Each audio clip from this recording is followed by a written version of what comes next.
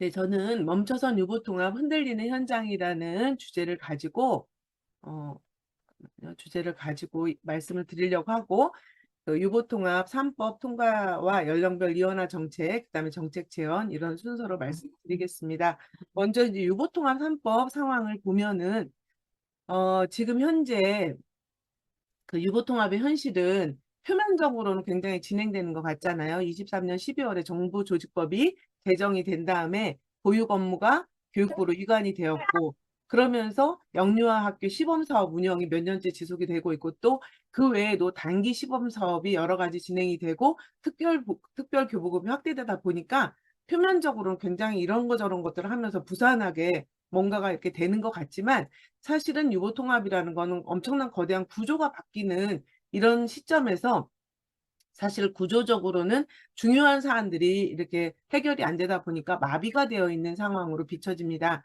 일단 유보통합 추진위원회 활동이 26년 초반에 이제 마무리가 돼야 되는데 25년 12월에 3년을 연장을 했어요. 그래서 이제 실행이 지연됐는데, 그러면서 사실은 뭐 이게 그 사이에 이제 계엄도 있었고 정부가 바뀌었으니까 어느 정도 처음 계획에 비해서는 시간이 지연될 수 있다는 건 좀 이해는 할 만하잖아요. 그래서 이제 기다렸는데 어떠한 재정 구조라든지 아니면 행정적인 어떤 권한 이관을 위한 구체적 로드맵이 전혀 외부에 공개되지가 않는 이런 상황이어서 사실 그 실행이 굉장히 지연되고 있고 굉장히 이제 점점 불안해지는 그런 상황까지 오게 되는 것 같습니다. 그리고 교육부에 처음에 영유아 정책국으로 됐던 거가 지원관 체제로 축소 개편되면서 동력도 상당히 약화되는 거 아닌가 이제 이런 생각들을 하게 됩니다.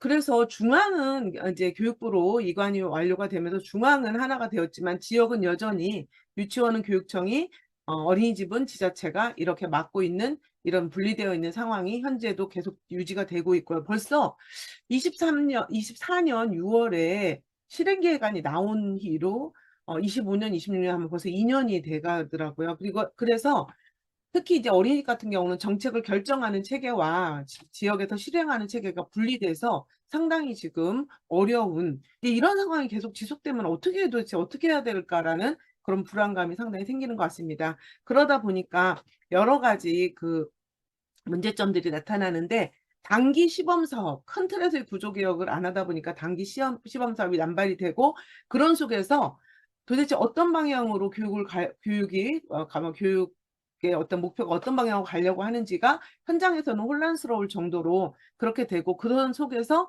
또 과열 경쟁이 원화 모집도 안 되고 사실 저출생 여러 영향이 있잖아요. 그러면서 원화 모집이 안 되고 하다 보니까 과열 경쟁은 또 엄청나게 더 강화되고 그런 속에서 사실은 많은 어린이집이 폐원을 실제 했고 그다음에 현재도 폐원 위기에 있는 데들이 있어서 생태계 자체가 많이 붕괴되어 있는 이런 상황이고 여러 가지 어떤 시범 사업이라든지 여러 가지들을 통해서 조기 학습 중심의 유아 중심의 교육 정책이 또 제대로 나오는 게 아니라 조기 학습 중심의 정책이 자꾸 나오면서 교육 과정도 왜곡되는 이런 상황을 저희가 목도하게 됩니다.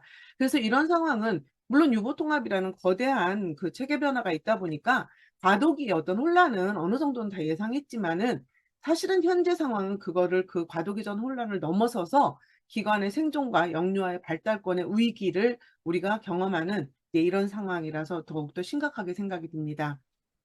그래서 결국 이제 송대원 선생님께서도 말씀하셨다시피 유보통합을 한다는 선언을 실행으로 작동시키는 유일한 열쇠는 유보통합 3법이 통과가 바로 돼야 되고 3법은 이제 아시다시피 영유아 보육법, 지방교육 자치에 관한 법률, 그다음에 지방교육재정교부금법 이런 3법이 일단 통과가 돼야 되는데 그럼으로써 이제 행정체계나 재정구조, 그다음에 이제 법적인 부분들 모든 것들이 이렇게 권한과 책임 이런 부분들이 정리가 되지 않으면 사실 지금 아마 각 지역에서 이루어지고 있는 여러 가지 사업들은 사실은 상당히 그냥 일시적인 사업에 그칠 수밖에 없는 이제 그런 상황이라고 보여집니다. 그리고 이제 두 번째는 연령별 이원화 정책의 문제점에 대해서 말씀을 드리고 싶습니다.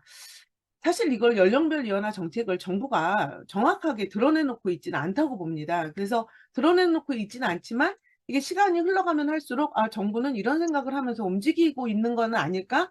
이렇게 자꾸 저희가 뭐 이렇게 우려도 하게 되고 불신도 하게 되고 이제 이런 상황들이 오는데, 원래는 이제 지자체에서 관리하는 어린이집과 교육청에서 관리하는 유치원이 완전 통합으로 이제 가야 되는데, 유보통합 3법이 개정이 지연이 되고, 그럼으로써 행재정 통합이 미비하다 보니까 연령별로 또 기능적으로 이원화되는, 그래서 영아와 유아로 나누고, 또 영아는 돌봄, 유아는 교육, 이런 식으로 나누는 이원화가 좀 더 지금 현재도 계속 가속화되고 있는 그런 생각이 들게 됩니다.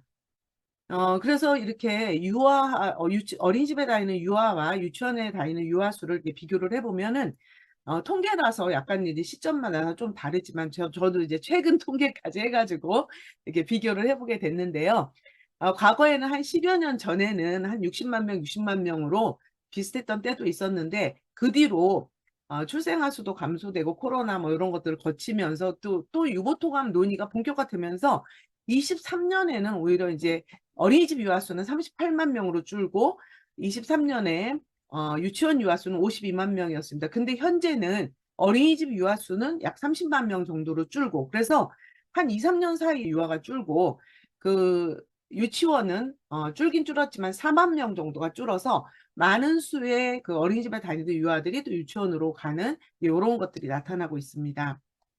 그래서 이러한 상황에 현재 정부가 연령별 이원화 정책을 완전히 드러내놓고 가시화시키고 있지는 않지만, 현재 그 어떤 유아 수가 어린이집에서 줄어드는 이 양상을 보거나, 아니면 부분 부분 내놓는 정책들을 이렇게 통틀어 봤을 때, 결국 어, 어린이집은 그 영아, 유치원은 유아 이러면서, 또 어린이집은 그냥 지자체가 그대로 교육부가 통합을 했지만은, 어린이집은 지자체가 계속 관리를 하고, 그 유치원은 교육청이 관리를 하려고 하는 그 틀로 계속 가는 거 아닌가, 이런 이제 그런 생각을 하게 되는데요. 이제 만약에 이런 그 연령별 이원화 정책이 점점 더 강화되고 실제 그 정책이 가시화된다고 했을 때 우려되는 지점은, 첫 번째는 일단 부모들 입장에서 봤을 때는 접근성 문제가 굉장히 크게 대두가 된다고 생각을 합니다. 그래서 사실 전국 보육 실태조사나 여러 가지 조사를 했을 때 항상 어린이집을 선택하는 부모들이 제일 첫 번째 선택 기준은 접근성이었는데, 왜냐하면 아시다시피 또 어린이집에는 맞벌이 가정이 굉장히 또 많이 있잖아요. 그러다 보니까 접근성이 가장 이제 우선이었는데, 현재 상황에서 그 접근성 측면에서 이렇게 보면은 어린이집은 약 2.5만 개, 2만 5천 개였는데, 그 중에서 이제 가정 어린이집이 영아만 있으니까 한 10,000개를 뺀다고 해도 15,000개 정도의 유아가 다니고 있거나, 현재도 아니면 다녔던 좀 규모가 있는 그런 데가 15,000개 정도는 됐고, 유치원은 이제 8,000개 정도 되잖아요. 그러니까 한 2만 3천 개 정도에서 선택을 해서 접근성을 보면서 갈 수가 있었는데, 사실 이게 유아가 점점 어린이집에서 이제 점점 소멸되는 거죠. 그러면서 유치원으로 다 했을 때는 상당히 그 이동거리도 늘어나고, 그래서 접근성에 있어서 굉장히 부모들한테는 어려움을 줄 수밖에 없다. 아시다시피 맞벌이 가정에서 아침에 아이를, 그것도 한 군데도 아니고 두 군데를 나눠가지고 여기저기 돌아다니면서 이제 맡겨야 되거나 이제 이런 상황들이 있고, 근데 이거는 이제 접근성 문제가 또 어떻게까지 연결이 되냐면, 어, 당장은 유아가 이제 유치원으로 간다 이런 걸로만 보면, 어린이집에 유아가 없어서 상당히 운영이 어렵겠다, 이런 정도로 생각이 들지만은, 사실은 이제 이거는 규모가 큰 중대형 어린이집에 유아가 빠져나가면 그 자리를 어린이집들은 그 자리를 영아로 채우거나, 아니면 영아로 채워서 운영하는 게 너무 어려우면 폐원을 하겠죠. 그러면은 또 어린이집은, 소형 가정 어린이집이나 이런 소형 어린이집은 안 그래도 규모가 작게 운영을 하고 있었는데, 그중에 또 영아들이 빠져서 중대형 어린이집으로 빠져나간단 말이에요. 그러면은 소형 어린이집들은 아이들이 빠져나가니까 사실 운영이 일정 규모가 돼야지 운영이 되는데, 이제 거기서 또 빠져나가고 이러면서 사실은 어린이집의 연쇄 붕괴가 예상될 수밖에 없는 이제 이런 상황이라는 거죠. 그리고 지금 그것은 정확하게 이렇게 진행이 되고 있죠. 매해 다르게 상황이. 그래서 상당히 이제 우려가 되는 상황이라고 볼 수 있고요.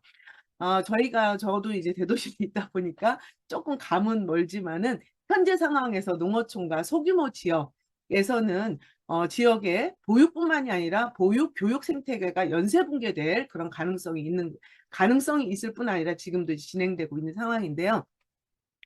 영아와 유아가 혼합된 영어세 혼합 그 체계에서 이렇게 어린이집에서도 이렇게 하고 있고, 그랬는데 그게 이제 영아 유아가 이렇게 분리가 되다 보면은 결국은 영이세 영아만으로도 농어촌이나 소규모 지역이기 때문에 영아만으로도 정원이 미달되니까 운영이 잘 안 되는 데들이 발생해서 결국 폐원이 되게 되고, 또 3, 5세 유아만으로도 정원이 미달돼서 사실은 다 아시다시피 최근에 이렇게 지역에서는, 지방에서는 유치원에서도 영아를 받게 해달라는 그런 규정들이 통과되고 이런 부분들이 있잖아요. 이런 것들을 봤을 때 이거는 어린이집의 그 어떤 붕괴뿐만이 아니라 유치원도 유아만 데리고 했을 때는 또 붕괴가 되는, 그래서 전체적인 어떤 유치원, 어린이집이 다 동반 폐원을 가속화하는 그런 것들이 지금 진행 중에 있고 또 더 강화될 수 있다. 이런 부분들이 우려가 되는 것 같습니다.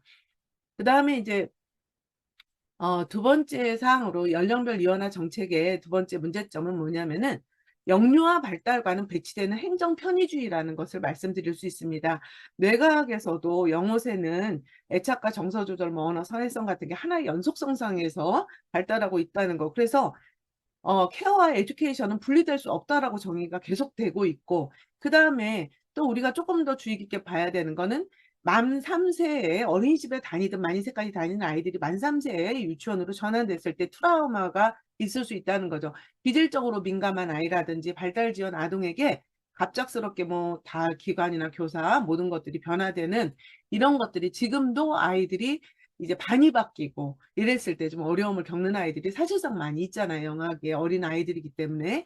그래서 심리적 발달적 공백을 초래할 수 있다. 그래서 영아는 돌봄, 유아는 교육이라는 구분은 사실은 이제 그 현대의 발달과학과 배치되는 행정 편의주의적인 발상이다. 그러면은 글로벌 스탠다드는 어떤가 보면은 철저히 영못의 완전 통합을 지향하고 있고 현재 그렇게 가고 있죠. 그래서 북유럽 같은 경우도 영모세를 생애 초기 교육 보육이라는 단일 체계로 묶어서 완벽히 통합 운영하는 쪽으로 되고 있고, OECD에서도 에듀케이션과 케어의 완전한 통합, 연령에 따른 인위적 분리를 배제하는 것은 일관되게 경고를 해오고 있습니다. 그리고 선진국은 행정부처의 아이를 맞추기보다는 아이의 발달에 부처를 맞춰왔는데, 한국이 현재 상황에서 물론 한국이 어떤 특수한 상황이 있기 때문에 외국과 똑같게 무슨 정책을 할 수는 없다 하더라도 여러 가지 이런 상황들을 고려해 봤을 때 한국의 연령별 분리 정책은 퇴행하는 그런 정책이라고 볼 수 있습니다. 그래서 영유아기는 돌봄과 교육이 함께 이루어져야 되는 시기인데, 영아는 돌봄, 유아는 교육, 이런 식으로 기능도 좀 이원화하는 이런 그래서 보건복지 쪽에서 그 전에도 계속 나왔던 얘기가 돌봄으로 모든 돌봄을 갖다가 노인 돌봄까지 쭉 돌봄의 체계로 묶는 이런 부분들도 좀 걱정이 되는데, 자, 영아 교육에 전문성이 심각하게 훼손될 수 있다는 거죠. 돌봄을 받아야 되는 걸로만 자꾸 이렇게 규정을 하다 보면. 그래서 사실은 제가 여기에서 우리가 좀 잘 두드러지게 지금 현재 나타나는 건 아니지만, 교사 이렇게 연령별 이원화가 되면은 교사를 양성하고 자격체계 이런 것들도 굳이 하나로 통합할 필요가 없고, 그러다 보면은 이원화된 교사 양성 체계, 그래서 영아 교사의 전문성 부분에 대해서 상당히 유아 교사는 다른 차원으로 접근할 수도 있다는 게 우려되는 지점입니다. 그러다 보면은 영아 교육의 전문성이 심각하게 더 훼손될 수도 있다. 그리고 유아는 교육을 또 강조를 하다 보면은 현재 보시다시피 이음교육 확대, 독서교육 강화, 방과후 프로그램 활성화 같은 그런 것들이 좀 조기학습이 더 조기학습의 과열 경쟁을 유도하는 식으로 또 흘러가는 이런 게 현재 좀 유아교육의 본질 자체가 그런 건 아니더라도 우려되는 상황이라고 볼 수 있습니다. 그래서 이제 세 번째는 장애아 통합보육의 위기에 대해서 말씀을 드리겠는데요. 현재 장애아 통합보육은 상당 부분 국공립 어린이집의 유아반에서 이루어지고 있습니다. 그런데 유아들이 모두 유치원으로 이동을 하게 되면은 결국은 장애아 통합보육이라는 거는 어린이집의 유아반이 토대가 있어야 그 통합이 이루어질 수 있는 기반이 되는데, 유아들이 다 이제 그 유치원으로 간다고 하면은 자연스럽게 장애아 통합보육은 붕괴될 수밖에 없는 거죠. 그래서 사실은 이제 유치원보다도 훨씬 유치원이 한 10년, 병다서 유치원, 국공립 유치원이 한 10년 전부터 통합 교육에 대해서 이제 그 확대되어 왔다면, 어린이집 같은 경우는 20년대 초반부터도 해서 한 25년, 20년 이렇게 지금 체계를 갖춰오고 있는데 수십 년간 쌓아온 통합교육 체계가 붕괴될 그런 위기가 굉장히 현실적으로 느껴집니다. 그래서 현재 유치원 특수학급을 이용하는 통합교육 아동과 어린이집 통합교육을 통합해서 이용하고 있는 아동 수를 보면은 유치원 특수학급 통합교육 대상자 한 5,500명, 어린이집은 6,000명 요런 정도 25년 통계인데요. 이 숫자는 조금씩 다르게 나타나는데 이제 그런 것들은 예, 그렇게 조금 차이는 있지만 25년 통계로 이렇게 비춰지고 있습니다. 그래서 만약에 이원화를 이렇게 적용을 하는 경우에 현재 그 병단설 유치원이죠. 국공립 유치원에서 국공립 유치원의 통합교육 인프라가 부족한 상태고, 그러니까 숫자나 이런 현재 그런 것들도 그렇지만 또 하나는 체계도 사실 그렇게 통합교육 보육을 하는 어린이집에 비해서 체계가 더 잘 잡혀 있는 상황도 아니고 오히려 좀 덜 잡혀 있다는 그런 얘기가 나오거든요. 그래서 이들을 그 장애 아동들을 온전히 수용하는 것이 좀 어렵다 이런 생각이 들어서 이게 사실은 장애아 통합보육 인프라의 심각한 퇴행을 보여주는 그런 상황이 될 것 같고, 현실적으로도 지금도 국공립 어린이집에 그 장애아 통합반이 많이 축소되어 가고 있는 것들은 현실적으로도 느껴지는 상황입니다.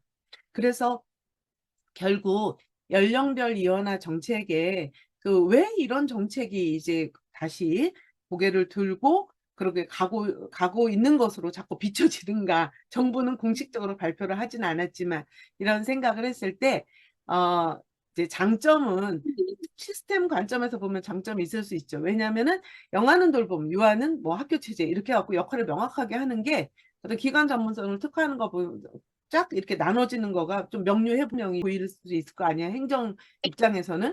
그다음에 기존의 지자체 교육청으로 이원화된 시스템을 그냥 유지를 해버리면, 현재 상태로 유지를 해버리면, 뭐 그 사이에 유보통합 그 진행 상황에서 부처 갈등도 있고 예산이간 뭐 이런 거 갖고도 시끌시끌했잖아요. 그런 부담도 회피하고, 그 다음에 당장 유보통합 때문에 드는 비용, 이런 것들이 지금 이제 당장 나오는 게 수조 원 얘기가 나오니까 그런 것들도 최소화하고, 뭐 이런 식의 이점이 있고, 그 다음에 체계 구축도 만 3, 5세 교육청 중심의 그런 체계를 했을 때는 뭐 평가나 교원 체계 이런 걸로 학교 시스템에다 맞춰 딱 하는 게 좀 용이한, 영어까지 하는 것보다 용이할 수 있어서 사실 행정 시스템 관점에서는 뭐 그런 말들이 그들은 이제 그걸 갖다가 수용할 수도 있겠지만, 가장 큰 단점은, 심각한 단점은 영유아와 학부모 관점에서 단점을 이렇게 나타나는데, 아까 말씀드린 것처럼 발달의 단절이 있을 수밖에 없고, 그러니까 영어세는 뇌발달 및 정서적 연소성이 이루어져야 되는 연령이 이렇게 파괴되고,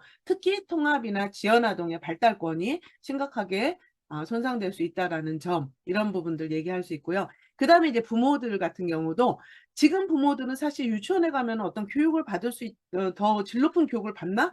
막 이런 생각들을 하면서 유보통합 상황에서 사실은 이제 어린이집에 교사들의 전문성 문제를 너무 이렇게 유아 쪽에서 많이 부각을 시키다 보니까 사실은 불안감도 있고 하니까 그런 것들을 기대하지만 사실은 그 연년생이나 다자녀를 둔 부모가 아이들을 등하원 시키는 것도 접근성도 어려움이 있고, 실제 방학이나 운영 방식이 한 시설이 아니라 두 개의 시설로 나눠서 아이들을 보냈을 때 그런 것들도 어려움이 있고, 또 하나는 실제 그러면 질적으로 그렇게 유치원과 어린이집이 차이가 나느냐, 그거는 거에 있어서도 사실 그 기관의 명칭이 질을 담보해 주지는 않는 거였는데, 지금 선택이 오히려 이제 그런 식으로 가면서 좀 오히려 부모들로서는 더 질 높은 기관을 선택하는 선택권도 제한이 온다, 이런 생각이 듭니다.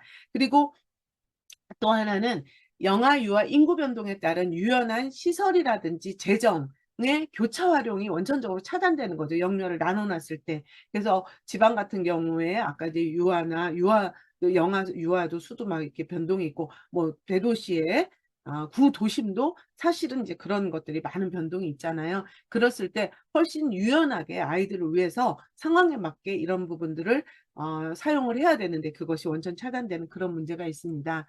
그래서 완전한 부처 통합과 상황 편중화를 향한 4단계 로드맵은 이제 간단하게 말씀을 드리면, 1단계는 유보통합 3법을 개정해야 된다. 2단계는 행정재정의 완전한 통합, 3단계는 영호세 단일 체계를 구축하고, 4단계는 어느 한쪽으로 몰아서 이렇게 인위적으로 분리하는 그런 게, 지금도 어린이집에 30만 명의 유아가 다니는데 이들을 갖다가 다 유치원으로 이렇게 보내는 건 정말 이게 정말 인위적인 조정 과정으로 느껴지거든요. 그래서 그런 것들이 아니라 현재의 상태를 인정을 하고 각각의 장점들을 살려서 질적인 상향 평준화를 이루고 그럼으로써 부모들한테도 좀 더 선택권을 많이 보장할 수 있는 이런 체계로 가는 거를 이제 로드맵을 말씀을 드리고요. 정부와 여당이 책임지고 끝으로 말씀드릴 거는 이제 유보통합을 추진할 것을 촉구합니다. 그리고 그 세 가지로 나눠서 말씀을 드리면 유보통합은 특정 정권의 이벤트가 아닌 여러 대선을 거치며 합의된 국가 책임 보유의 핵심 공약이고 현재 이재명 정부의 123대 국정과제에도 들어가 있습니다. 제가 이 말씀을 왜 드리냐면 자꾸 이제 유보통합이 지지부진되다 보니까 한간에는 이런 얘기가 있어요. 유보통합을 이제 많이 뭐 이명박 정권 때나 박근혜 정권 때나 뭐 진행은 됐지만 결국 이제 지금 현재 윤석열 정부에서 한 거기 때문에 유보통합이 한 거기 때문에 이재명 정부는 유보통합을 안 할 것이다. 관심이 없을 것이다. 이런 얘기가 한간에 돌아요. 그러나 사실은 이재명 정부가 이재명 대통령의 20대, 21대 공약에 다 유보통합이 들어가 있었고 20대 때는 오히려 먼저 유보통합을 넣어서 윤석열 후보가 그걸 갖다 또 넣은 그런 과정까지 있었던 거거든요.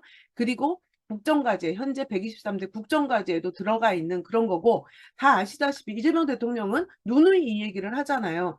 누가 하던 보수가 했던 진보가 했던 누가 어느 정부가 했던 좋은 정책은 받아서 실행을 하겠다. 그게 사실 이 정부가 지금 대통령이 표방하는 그 정책 노선 아닌가요? 그래서 이제 그렇기 때문에 오히려 그거에 더 충실하게 이행을 해줬으면 좋겠고요.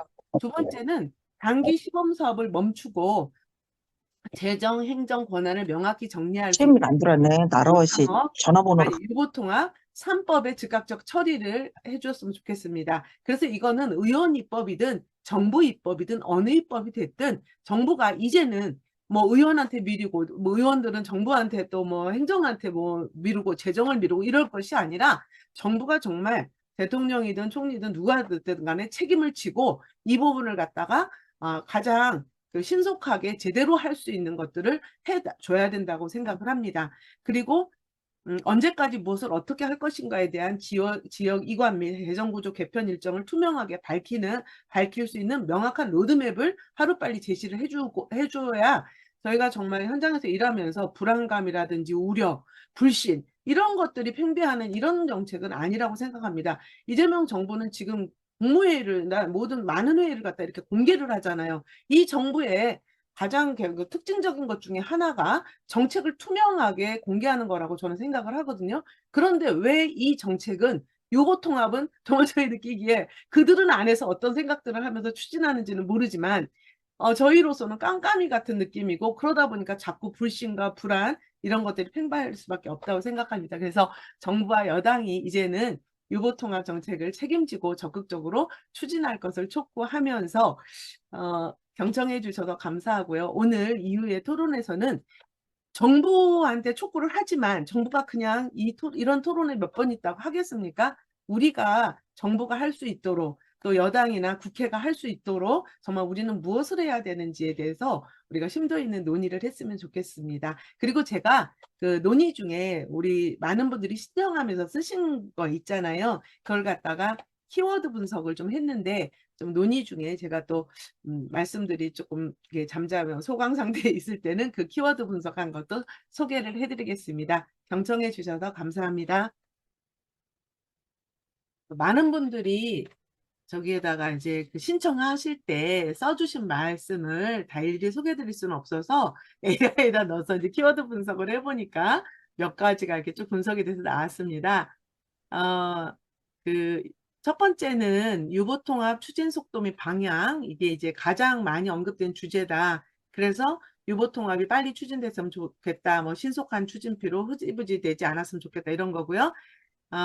그래서 현장은 유보통합 자체에 대한 반대보다 언제 어떻게 추진되는지에 대한 불안이 크다. 그래서 장기간 논의만 지속되고 실제 변화가 체감되지 않는다는 인식이 존재하고 있고, 그 다음에 어린이집과 유치원의 형평성 문제, 이것도 매우 강하게 나타난 키워드인데, 유치원이 우선인 것 같다, 어린이집이 소외된다, 뭐 이런 동일한 지원이 필요하다, 이런 거고, 음, 유보통합 과정에서 유치원 중심으로 정책이 설계된다는 우려. 이게 이제 유아 중심으로 자꾸자꾸 정책이 나오다 보니까 그렇게 생각을 할 수밖에 없는 것 같아요. 왜냐하면 어린이집에는 유아를 대상으로 어떤 사업을 하고 싶어도 어린이집에 이제 유아반이 점점 빠지니까 들어갈 상황도 아니고 하도 이제 그리고 뭐 원화모집이나 이런 반의 유지 자체가 어려운 상황에서 아무리 유아의 어떤 사업을 교육부가 내놓는다고 하더라도 같이 다 참여하라고 열어는 놓지만 실제 상황에서는 이제 그런 것들이 많이 되지도 않고 또 영아 정책은 거의 이제 아예 내놓지도 않고 상법이 통과 안 됐다는 이유로 내놓지도 않고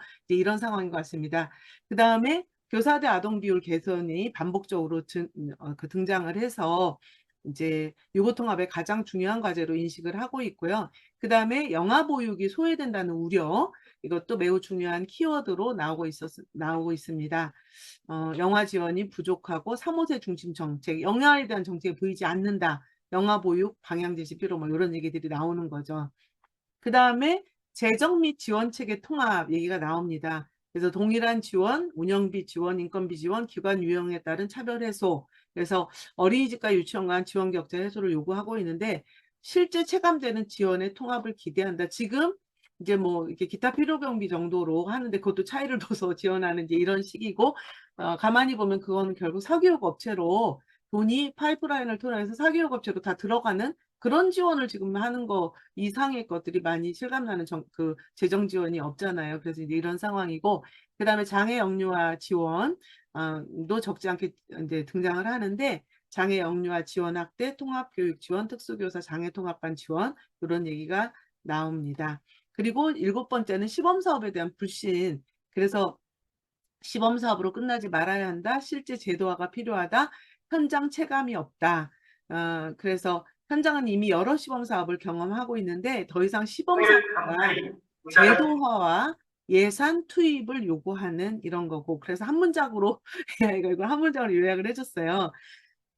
결과 핵심은 유보통합은 필요하지만 유치원 중심이 아닌 어린이집 영아보육, 장애 영유아를 포함한 형평성 있는 통합이어야 하며 교사대 아동비 개선과 동일한 재정 지원이 함께 이루어져야 한다. 이렇게 하고 이거를 또 저거를 분석을 하더라고요.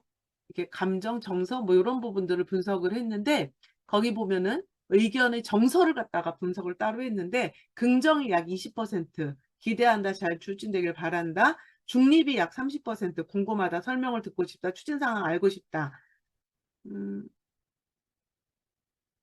그 다음에 세 번째는 우려 불안. 그래서 약 50%는 어린이집이 소외되는 거 아닌가, 영아의 소외. 그 다음에 유치원 중심의 추진, 지원 격차, 교사 수급 문제, 추진 지연 이런 것들에 대해서 우려 불안을 나타내고 있어서 유보통합 자체에 대한 반대보다는 현재 방식에 대한 우려가 훨씬 강하게 나타난다. 이렇게 간단하게 소개드리고 이렇게 써주신 분들께도 감사드립니다.